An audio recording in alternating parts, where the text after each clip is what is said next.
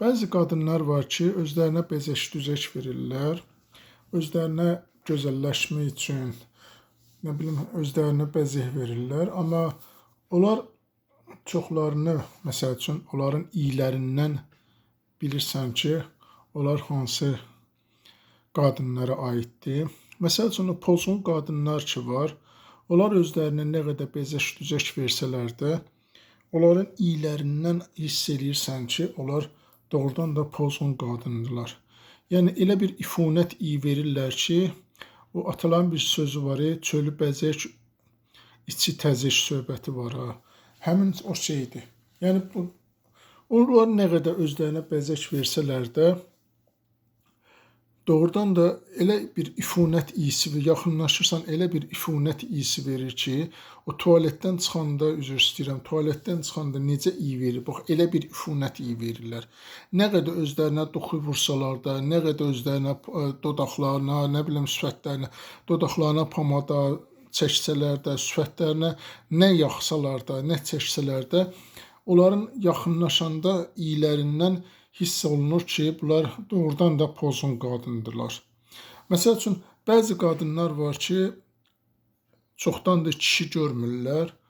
Onların iylərindən də hiss olunur ki, məsəl üçün, onlar doğrudan da bəzilərindən, hamısından mən söhbət eləmirəm, amma bəzilərindən söhbət edirəm.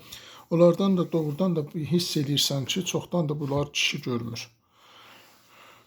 Yəni, bəzi qadınlar da var ki, ən gözəl qadın iyisi ev xanımının iyisidir. Yəni ki, mən bir kişi olaraq deyirəm ki, mən yəni, kişilərə arzu eləyirəm ki, öz evimizin xanımının iyisi bütün qadınların iyindən gözəldir. Yəni, ev xanımının ətri, ev xanımının lap belə neynəsə də, məsəl üçün, özlərinə bəzək verməsələr də ev xanımları, onların ətri həmin o pozğun qadının da ətrindən, nə bilim, başqa qadınların da ətrindən gözəldir. Mən belə deyirəm, ola bilər ki, biz kişilərin də iyimizdən bəzi qadınlar bizə hiss edirlər ki, biz kişilər necə insanıq. Yəni, hər bir insanın özünə görə iyisi var.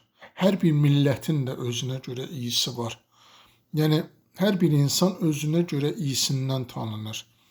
Onun üçün də o pozğun qadınlar, yenə deyirəm, nə qədər özlərinə bəzək versələr də ifunət iyisi verirlər.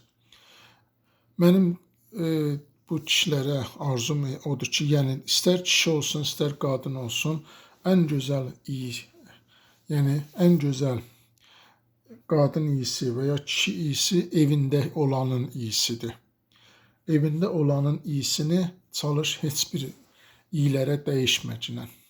Yəni, başqa iylərə iynəmək üçün gedərsən, amma aldanarsan. Çünki, yenə deyirəm, bax, bu pozğun qadından elə bir iyisi var ki, ifunət iyisi var. Məsəl üçün, çoxdan görməyən qadınlar var ki, məsələn, kişi görməyən qadınlar var ki, onların iyləri başqadır.